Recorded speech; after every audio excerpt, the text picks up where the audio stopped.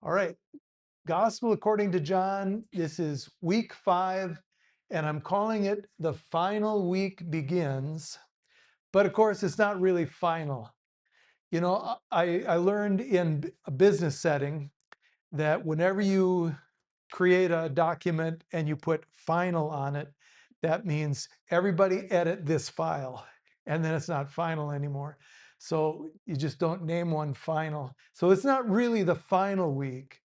This is just the last week of Christ's life leading up to his crucifixion and resurrection. And then everything starts new again after that. So that's why I say it's not really final, but it is the last week of Christ's life in John 12, 13, 14, 15, 16. It's all the last week. Everything up till now, John 1 through 11, has been the first 3.5 years of his ministry. And now we're down to just the last few days. So this is the way the book is laid out, the second half of the Gospel of John. And chapter by chapter here, in chapter 12 and 13, which we'll do this morning, chapter 12 is about the 6 days from the raising of Lazarus to the Last Supper. Chapter 13 is then teachings which begin after the Last Supper, including the famous scene of Jesus washing the disciples' feet and sending out Judas to betray him. That'll be today's lesson, those two. And then next week, we'll do chapters 14 through 17. All 4 of these are teaching that Jesus did after sending Judas out that night of the Last Supper. So 4 straight chapters. And if you have a red letter Bible that has the words of Christ in red, and you look at chapters 14, 15, 16, 17, it's all red. It's just full of Jesus teaching just the 11 remaining disciples. It's the last things that he wanted to tell them, what was on his heart, knowing that that was his last night. Chapters 18 and 19 then is about being arrested in Gethsemane, and they hauled him into trials before the high priest and before Pilate. And talks about Pilate's struggle and his decision to turn him over to the Jews, even though Pilate found him not guilty of anything requiring crucifixion. So that'll be week 7. And then week 8 will be chapters 20 and 21 about the empty tomb and the resurrection and Christ appearing to his disciples after his resurrection. Okay, so that's the plan. Raising of Lazarus. This is where we left off. Chapter 11 was the last of the 7 signs. And, we completed the 7 signs 2 weeks ago, actually. And that was chapter 11. So if we back up a little bit to see, pay attention to where was Jesus geographically, where was he located? On what days was he there? And that's something that normally when we read scripture, we just blow right over the top of. We're always looking for the message, not for the details of the when and where. But in John chapter 10, verse 40, it says, "And he went away again beyond the Jordan to the place where John was baptizing at first." That's Bethabara, and there he stayed. We can find the very same references in Matthew chapter 20, Mark 10, Luke 19. All 4 Gospels agree that in the sequence of these last 7 days, 6 or 7 days, they all agree with this sequence of travel. Okay. So in chapter 11, verse 1, this was the beginning of the chapter about raising Lazarus. It says, "Now a certain man was sick, Lazarus of Bethany, the town of Mary and sister of Martha." By the way, this is different. This Mary is not the same as Mary Magdalene, and it's not the same as Mary, Jesus' mother. This is the other Mary. So when Jesus came, he found that he had already been in the tomb 4 days. Now Bethany was near Jerusalem, about 2 miles away. Now the next slide, I'm going to show you a map on how these lay out on a map. Help give you an idea of where he was walking. Verse 47, then the chief priests and the Pharisees gathered a council and said, what shall we do? For this man works many signs. And reading ahead to the next paragraph, it says, then from that day on, they plotted to put him to death. So this was this really interesting and evil human dynamic. And, things haven't changed all that much. He wasn't the guy they wanted. Whether or not he could do miracles and signs, the chief priests and Pharisees decided this was not who he says he is. Therefore, the solution is kill him. Okay. And we see this happening in politics, not only in the United States, but China and everywhere else. If there's people that are in political power and see somebody rising up and leading the people in a different direction, the solution, kill him. So from that day on, some people think that this is really the turn of the tide for Jesus right here, is when they decide that they've got to kill him. And then 2 verses later, it says, and the Passover of the Jews was near, and many went from the country up to Jerusalem before the Passover to purify themselves. Then they sought Jesus and spoke among themselves as they stood in the temple. Quote here, what do you think? That he will not come to the feast? I love the way that's worded.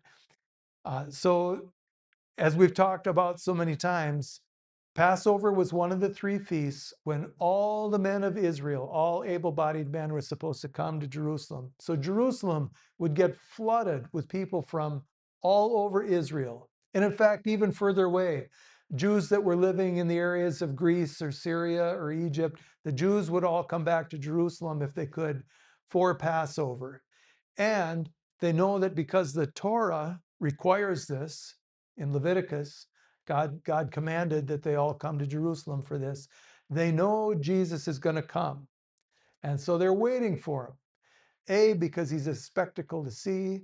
And B, because the chief priest said, hey, anybody sees this guy, let us know, because he's on the list. We're going to come and get him. And so, there were people out there that wanted to win the prize to be the guy that turned him in. So Jerusalem's getting flooded with people. Jesus has gone from beyond the Jordan to Bethany, and then he's heading for Jerusalem. So I want to show you a map of this. So beyond the Jordan, here you see Jerusalem, and for a reference mark, the Dead Sea over on the right, bottom right corner. And the Jordan River flows from the Sea of Galilee into the Dead Sea. And it's just a little bit off the edge of this map where the Jordan River comes into the Dead Sea. So really we're talking about off the map to the right is where Jesus has been doing ministry for the past couple weeks, or we don't know, maybe couple months. The last timing thing we knew was in chapter 10 of John, where it says that he was at the Feast of Dedication and it was winter. That's Hanukkah, okay? And it was winter. We knew where Jesus was at that moment. Now all of a sudden, now it's almost Passover. So 3 months later, and where is he? He's beyond the Jordan. And of course, he's over there teaching, preaching, healing, doing all these things he does, but staying away from Jerusalem because he doesn't want to get arrested yet. Not quite yet. He knows, he understands the timing. And this is something I've tried to imagine. So Jesus is fully human at this point in time, right? So he has all the emotions, all the feelings like we would experience. He knows he's on a timeline to being crucified. And how anxious do you suppose he is to show up there in Jerusalem, be arrested, and die on a cross? And think of the inner turmoil that he would have. Some amount of peace knowing that he's doing the work of the Father and that it must happen, that it's all been prophesied.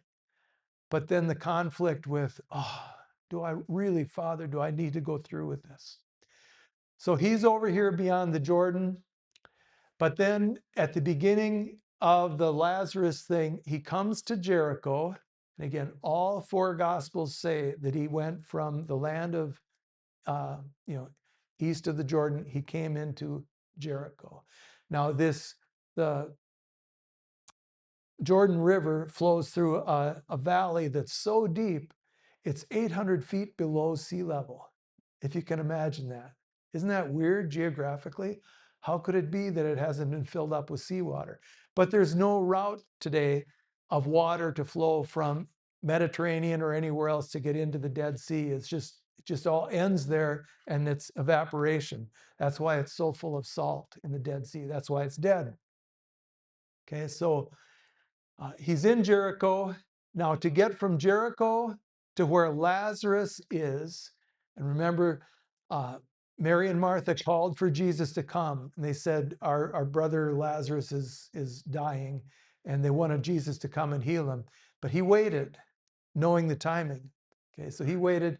But then he comes into Bethany, where Lazarus was, and Mary and Martha. So now from the distance from Jericho to Bethany is about 15 miles, but that's straight line. If you walked it, it could have been maybe 17 or 20 miles. So we don't really know what route he walked to get there. And it's uphill. So you go from 800 feet below sea level to about 2,400 feet above sea level. So that's a 3,000 foot elevation gain as you make that walk. And I don't know if any of you have been around mountains enough. 3,000 feet, that's not like Mount Everest or anything. It's not even like the big ski hills in Colorado, but it's pretty significant, to gain that elevation. So it's a strenuous walk. And Bethany sits right outside of Jerusalem. It's just on the east side of the Mount of Olives. We read in Acts chapter 1, verse 12, that Bethany is a Sabbath day's journey from Jerusalem. That means it's okay to walk back and forth from Bethany to Jerusalem. Even on a Sabbath, you're allowed to do that. But on a Sabbath, you're not allowed to walk long distances. It's just one of these rules that the Jews made for themselves about what you can do and can't do on a Sabbath day. I also want to point out that Bethany, even though it sounds the same, it's not the same as Bethlehem.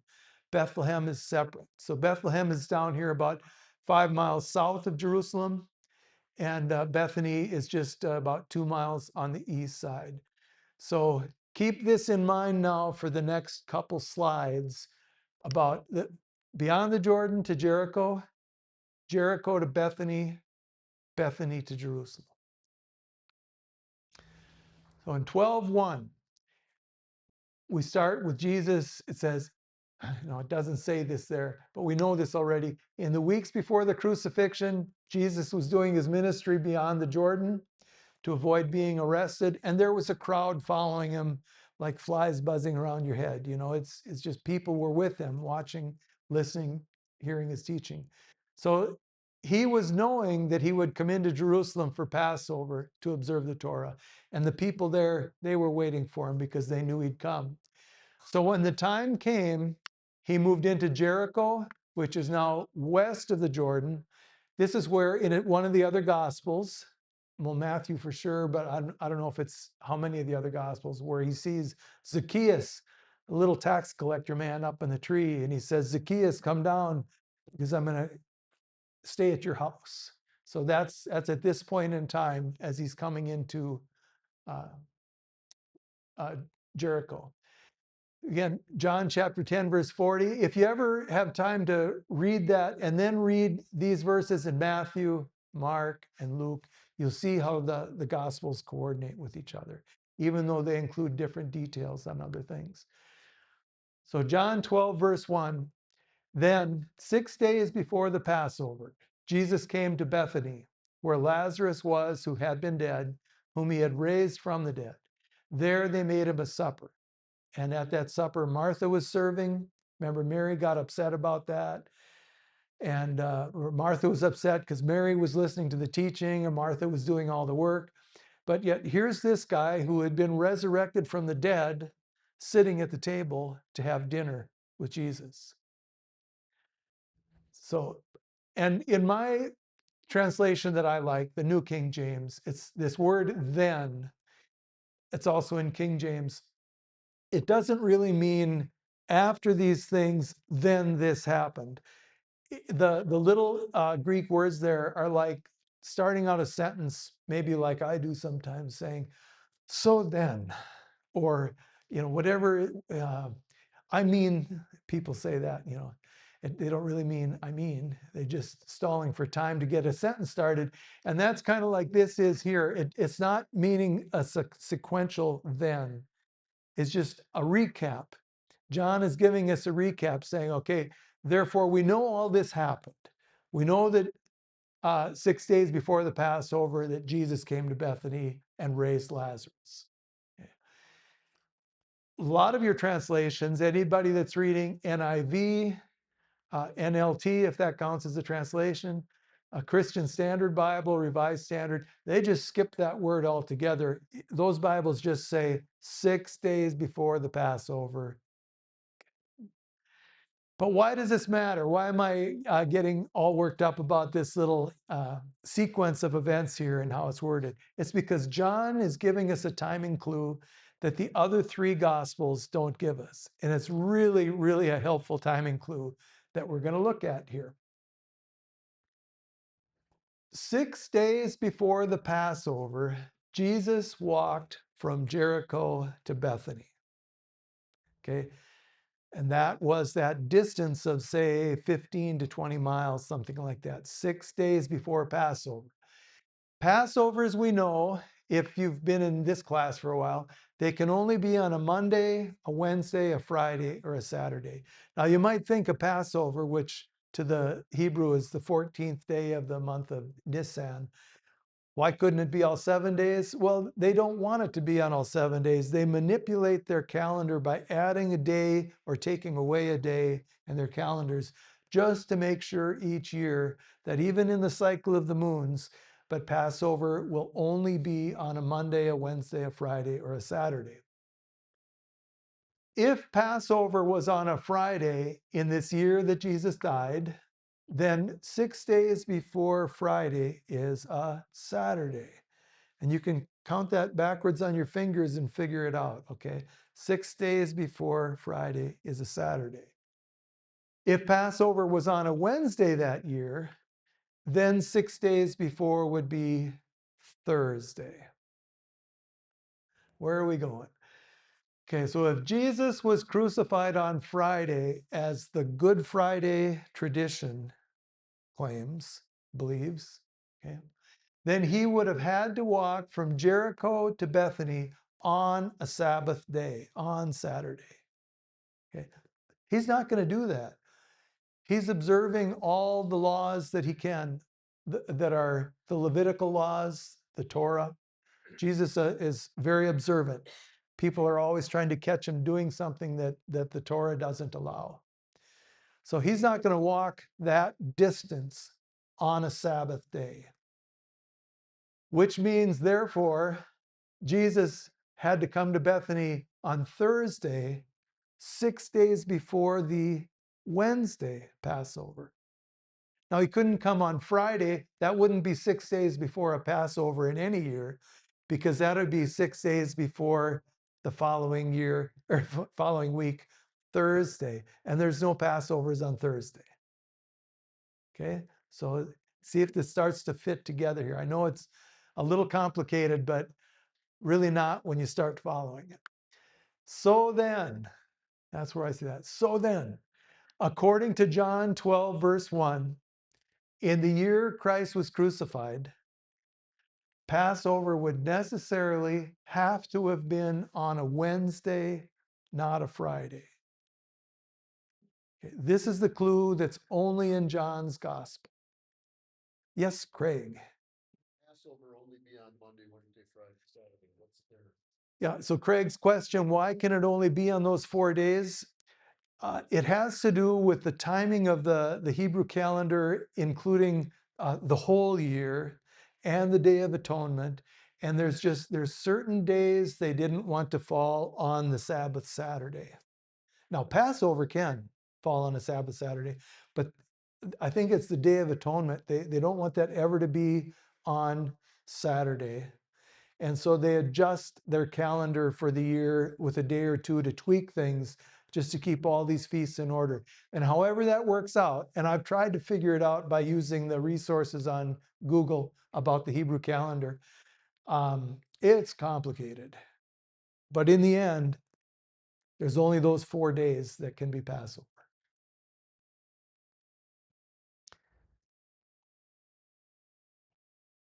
So the Hebrew calendar then shows that the years in which Passover, the 14th of Nisan, fell on Wednesday were 27 AD, 30 AD, and 37 AD. And by the way, I have a nifty little calendar app, Hebrew calendar, that just converts from our calendar to the Hebrew calendar or back, does it forward in time, does it backward in time. So these aren't really contested. I mean, these calendar dates are full well known, visible in public, and you can find this on the internet in any number of ways. So these, it's trying to go backwards there. These are the 3 years in that time range when Jesus, excuse me,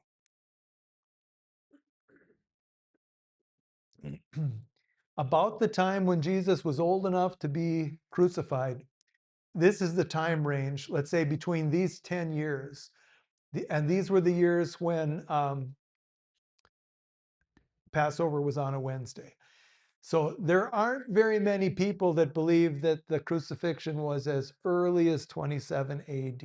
Although, people write books and papers on these things and they defend the reason why they think he was crucified in AD 33 or AD 31 or AD 28. All those dates somebody believes is the right date.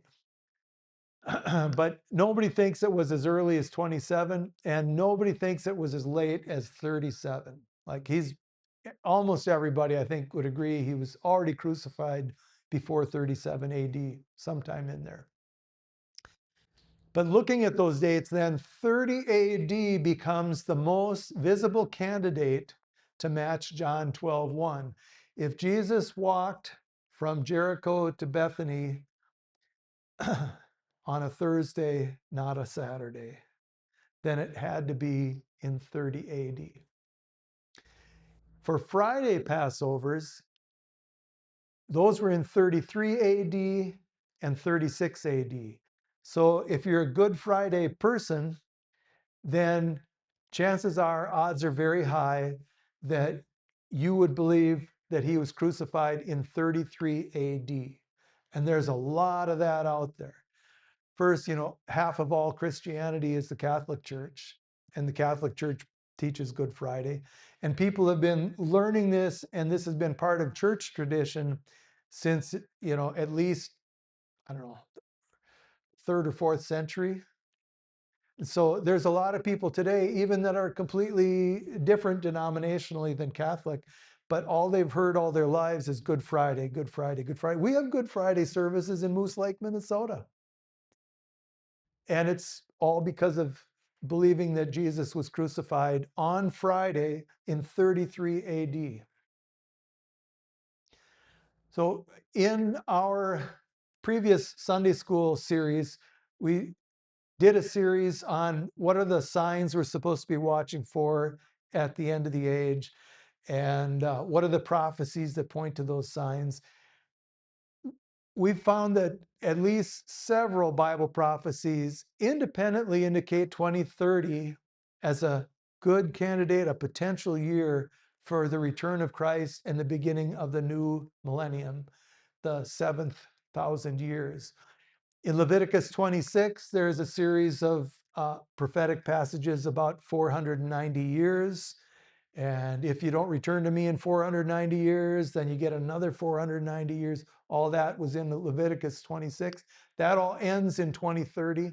Ezekiel chapter 4, was about he had to lay on his left side and then he had to lay on his right side, and you add up all those years in that prophecy and it comes out to 2030.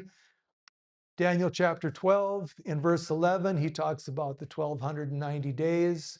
And if you take the 1290 and the 1260 together, that shows a 7-year period. And not all 7-year periods have the right number of days to make that Daniel prophecy work out. But 2030 is one of those. Okay. And by the way, 2030 it's kind of weird because we're really talking about Hebrew calendar versus our calendar. The Hebrew New Year starts in about September for us, late September usually. And so the year 2030 on the Hebrew calendar would really start for us in late 2029 and then go into the year 2030. So that in the spring, the Passover of 2030 would be like the 2000th year anniversary of 30 AD. Okay. So that too makes sense that the end of this age and the return of Christ and the beginning of the millennium where he reigns on David's throne in Jerusalem would be 2,000 years after the crucifixion. So that's 40 Jubilee cycles of 50 years each. That's 40 times 50 is 2,000 years. So from 30 AD to 2030 AD would be a period of 40 Jubilee year cycles. And we have this thing that we've talked about several times, about 2,000 years from Adam to Abraham, 2,000 years from Abraham to Christ, the crucifixion, and another 2,000 years to finish that 6,000 years as a lead up to the 7,000 year, which would be that 1,000 years millennium of God's time, our rest in him, just like a 6-day week with the 7th day being a day of rest. Okay, so 2030 for a lot of reasons fits together with scripture, and yet I always ask and put an asterisk on that and say, if we can trust the calendar. So for example, God, and very early in the life of Israel, they were supposed to turn over to the new year based on sighting the new moon. Now, usually you can't see the new moon until about 2 days after the astronomical new moon. When the computer would calculate that a new moon is when out in the sky the moon and the sun are directly lined up. That's how we get solar eclipses in the spring and the fall, is when the moon and the sun line up. And so that means that as the sun is going down for a new moon, the moon is so close to the sun that it's too bright. You can't see the moon at all. But then the next day, it's a little bit away from the sun. And by the next day, when the sun sets below the horizon, then you see that little crescent moon arcing towards where the sun just went down. And then it's dark enough to see that silver crescent. That is the day that they would declare as being the beginning of the new year. It's when Pharisees or whoever, scribes, would be in Jerusalem and see that new moon. That's usually 1 or 2 days after the true new moon. So how do we know back in AD 30 and 31 and 32, were they keeping track this way or that way? Were they calculating it based on knowing when the new moon is, being in the astronomical position, or were they doing it still by the sighting? We don't know. So there could be some slop in this, a day or two of when Passover should have been, and that could throw it off into the year of AD 31 or AD 32. So you see how we can't really for sure trust the calendar totally. But just for the purpose of learning about this, and we're living in a time where there's buzz all over that we're almost to the return of Christ. And we just don't know what year it will be. So that's why it's important to me, and I think to us. All right, so put that behind us. We're already up to chapter 12, verse 3, and it's already half hour into the lesson. So in 12, verse 3 now, we're at the dinner with Lazarus on Thursday night, the 8th of Nisan. And Mary anoints Jesus' feet with expensive oil. And it says in the text of John that the value of the oil was about 300 denarii, whatever, plural. And one denarii was about a day's wage for a common worker. So she poured out at his feet something like a year's wages to the common man. And Judas objected. He said, "What are you doing? We could have sold that and we could have put the money in and used the money for the poor." But John points out here, no, that's not really what's going on. Judas was the money keeper, and he always stole from the treasury to use for his own stuff. It says right in verse 6, because he was a thief. So and this, how much have people changed in the last 2,000 years? And I'd say none. Let's say you want $1 billion or $1 trillion to play with. What do? Oh, you declare a national crisis. Got to spend $1 trillion on stuff. And then everybody gets their hands in the money box and gets, well, not us, obviously, but people that are in control of the money box. Same thing is going on here. Moving on, 9 through 11. The next day is Friday. Now, this is only 2 miles from Jerusalem. Everybody knew Lazarus. Everybody knew that he'd been dead for 4 or 5 days. People were coming to visit and pay their respects to Mary and Martha. And then they heard, people come running back to Jerusalem and say, "Hey, Lazarus was raised from the dead." So by Friday then, there's a whole crowd of people coming out to see Lazarus. Is he really alive? I was just there 3 days ago and he was in the tomb. What do you mean he's alive? So there's this crowd of people that come out to Bethany in part to see Jesus, but in part to see Lazarus. And it made the chief priests so furious that they decided they wanted to kill Lazarus too. We don't know how long Lazarus lived after all this. It's not in scripture. So in verse 12 through 19, now we're on to Saturday. And this is the day where he sends his disciples to go get the colt. Find this foal of a donkey, tell the owner that the Lord needs it. And he rides the donkey into Jerusalem, and the crowds line the road along the way and say, Hosanna to the King, save now. So doing this, Jesus was fulfilling prophecies in Psalm 118 about the crowds cheering as their king comes into Jerusalem. And Zechariah 9:9 is the really cool one where that's a very specific prophecy that says, "Behold, your king comes to you lowly and riding on a foal of a donkey." Okay, so he's fulfilling these prophecies in his entry into Jerusalem on that Saturday. Now that's on Saturday, that's okay, because that's only 2 miles. That's allowed on a Saturday, according to Acts chapter 1, verse 12.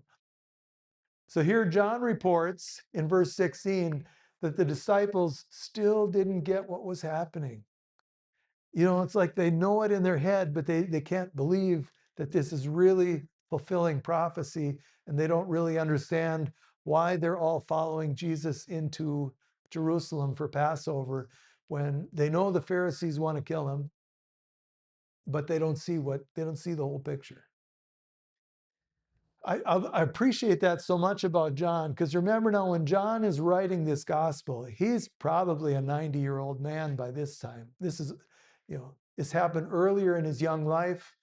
He can read the gospel of Matthew, Mark, and Luke, and he assumes everybody else has read those gospels too. And now he's writing his own version, and he's looking back and reflecting on all this. And things that would be important to a 90-year-old man that's lived his whole life and seen all the persecution he's seen and the pastoring he's done, and now he's looking back, what's in people's hearts, and he remembers that the group of disciples, they still weren't with it yet, even as he rides into Jerusalem.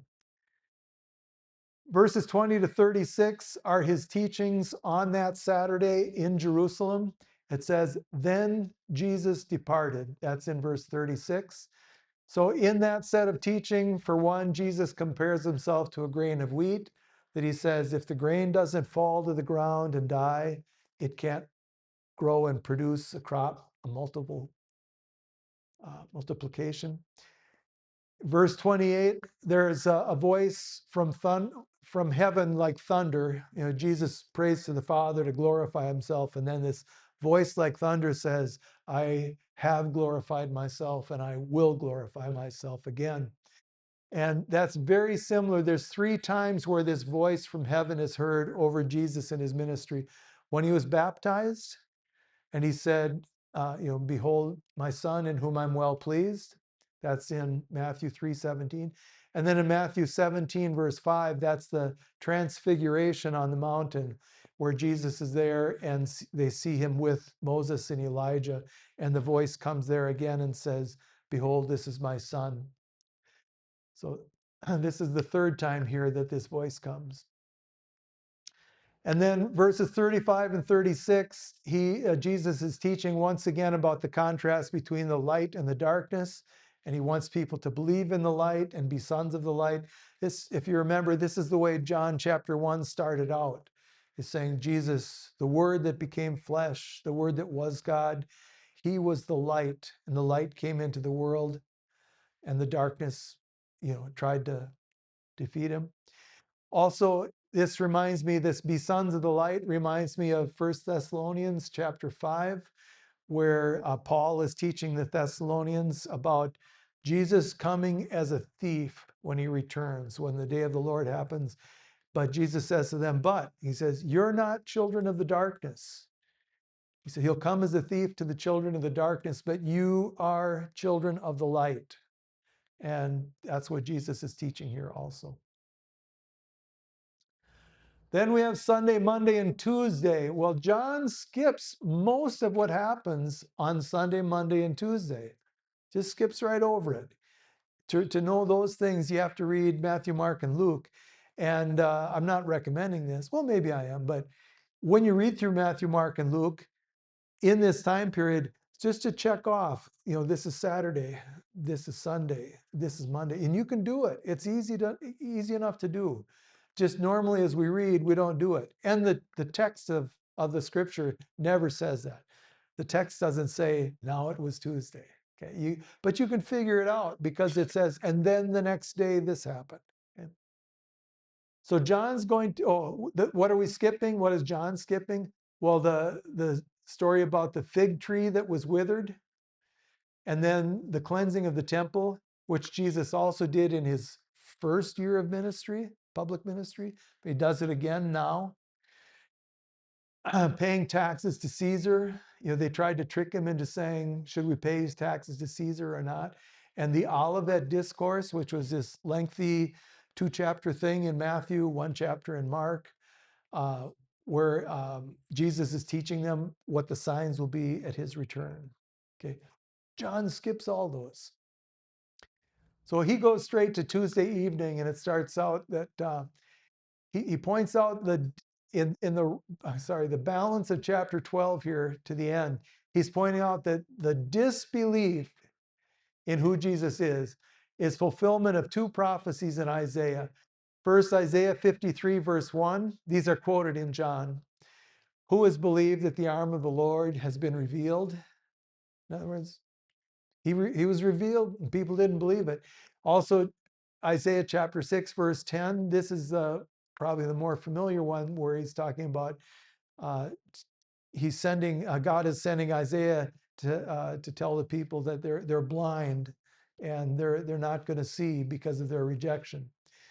One of the things people love to point out about these two, chapter 6 and chapter 53 in Isaiah, is that together here, they're used to confirm that the authorship of Isaiah is one man. One man wrote the whole book because so many seminaries teach their graduates that some guy wrote the first half of Isaiah, chapter 1 through chapter 39, and then some other guy wrote chapter 40 through 66. Because there's a real change there. You go from the first 39 chapters about God's judgment on Israel and using Babylon and all that sort of thing. And then it's like when you get to chapter 40, all of a sudden the sun comes up and he's talking about all these glorious promises of what he's going to do for Israel. And so many people, seminarians, have proposed that it was two separate authors. But here in John, it points out it's all one. Yeah, it's the same Isaiah that said the first one that said the second one. But verse 42 and 43, it's always nice to remember that nevertheless, even among the rulers, it says many believed in him. They didn't all reject him. Most of them rejected him. He had a following even among the believers, like Nicodemus. 43 through 50 in chapter 12, he's teaching about believing in himself, that people should believe in him, and also in the Father who sent him. And he says, if anyone hears my words and does not believe, I do not judge him, for I did not come to judge the world, but to save the world. And that sounds so much like John 3:16 and 17. You know, the famous verses of, for God so loved the world that he gave his only begotten son, because he did not come into the world to condemn the world, but to save it. So it's echoed right here. Also in this, that same passage is about the light and the darkness again. Now, finally, we're in chapter 13, verse 1. It's Tuesday evening, and it says, now before the feast of the Passover, when Jesus knew that his hour had come, that he should depart from this world to the Father, having loved his own who were in the world, he loved them to the end. And supper being ended, the devil having already put it into the heart of Judas Iscariot, there was more than one Judas among the 12. Judas Iscariot is the guy who betrayed him. Where are we? Okay, to betray him. Jesus, knowing that the Father had given all things into his hands and that he had come from God and was going to God. Okay, this is the situation now. They had this supper Tuesday evening. Now it's after supper. Remember, realize, I think you know this already, but the Jewish day starts at sunset. Okay, so to the Jew, Tuesday evening after sunset is already Wednesday. And Wednesday is Passover. Okay? But it's not time to eat the Passover meal yet. That gets eaten Wednesday after sunset. Because before you can eat the Passover meal, you have to kill the lambs. That's what's for dinner. Except Jesus knew he wasn't going to be there for dinner on Wednesday night. Because when the lambs were killed, he was going to be killed too. So Jesus knowing that he was not going to be around to have Passover on Wednesday evening with his disciples, they had dinner together Tuesday evening. And that's what we call the Last Supper. Okay? You could say it was Passover, but what it wasn't, it wasn't yet the first day of unleavened bread, which starts Wednesday evening and goes into Thursday day. Okay. Passover starts Tuesday night here and goes into all day Wednesday. The lambs are killed. Jesus is killed on Wednesday afternoon.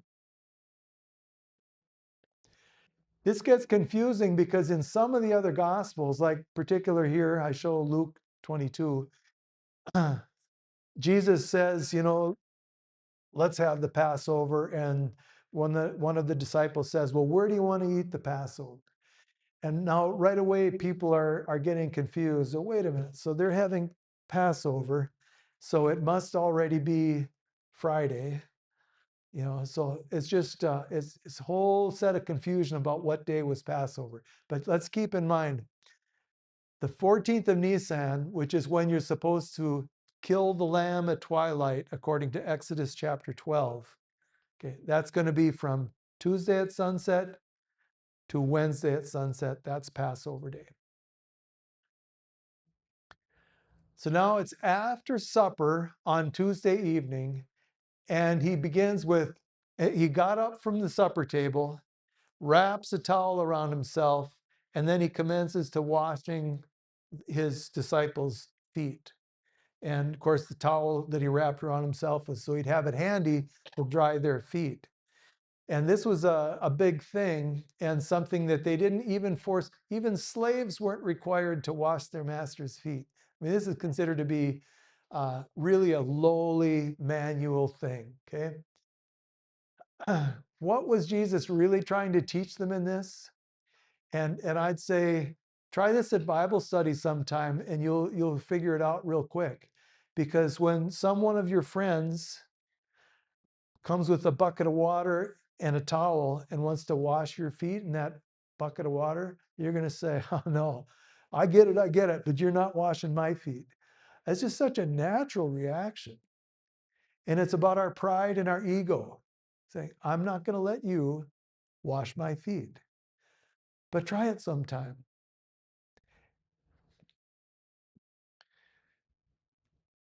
Okay, and Jesus says, if I then, your Lord and teacher, have washed your feet, you also ought to wash one another's feet. For I have given you an example that you should do as I have done to you. And for an illustration here, I want to talk about a pastor that I knew, and he's still around. In fact, just a couple months ago, he retired from being pastor of this church at Cold Spring, and he delivered a preaching message at the church that Lori and Pete used to attend down in the Twin Cities. And I could tell you his name, but I won't today. But I mean, he's a real guy. And I was in his church one time, and he was letting me teach in his church, which was a real privilege and an honor for me. And takes a lot of trust for a pastor to let somebody teach in their church. And I came into the church, and here he was in the restroom with a plunger in one hand and a scrub brush in the other. And I just said, Pastor. And he said, well, it's part of my feeling that if anybody's going to do this, I should show people that, I'm not above cleaning the bathrooms. And so he had just made it a point as in his church, he was the janitor for the bathrooms. So most assuredly, I say to you, one of you will betray me. This is Jesus now. And he indicates to John, who is the position next to Jesus at the table, how to know who it's going to be. So this is cool. Peter says, hey, John, find out who it is. And John has the position where as they're reclining around the table, and they used to eat on one elbow, not sitting in a chair at a table like we do, but down low. And John was in a position where John can lean back and he's right there in Jesus' face. And he says, hey, Jesus, who is it? And Jesus whispers to him and says, well, it's the guy who I give the cup that dips the bread in it.